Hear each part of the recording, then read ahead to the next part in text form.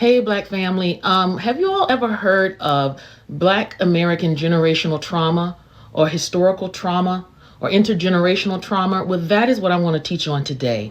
It refers to the psychological and emotional effect of traumatic experiences that were passed down from one generation to the next, okay? These effects often stem from events such as systemic oppression, slavery, genocide, war, colonization, Jim Crow, all that.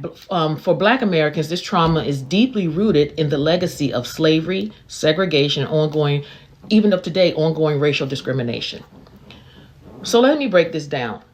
You know how when you go to the doctor, they ask all of your family's history.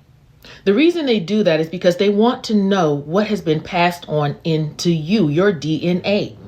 So it is so absurd when I hear people say, particularly some white people, to debunk the whole fact that how slavery has impacted us even today, to say it does not affect you, because we know trauma not only affects us mentally, but also physically. It gets into our bodies, our DNA. It impacts us and our decisions. And so think about, as a Black person, I'm a 53-year-old woman. I think back to in my household growing up, my father and my mother, both from the South, they endured a lot, particularly my father. I believe he had a harder childhood when it came to white people than my mother did. And so grew up in the house hearing those stories that he passed on, that his father told him about his experience with white people and my father's experience with white people in the time, and then it's passed on and now to me. So now those stories are implanted into me.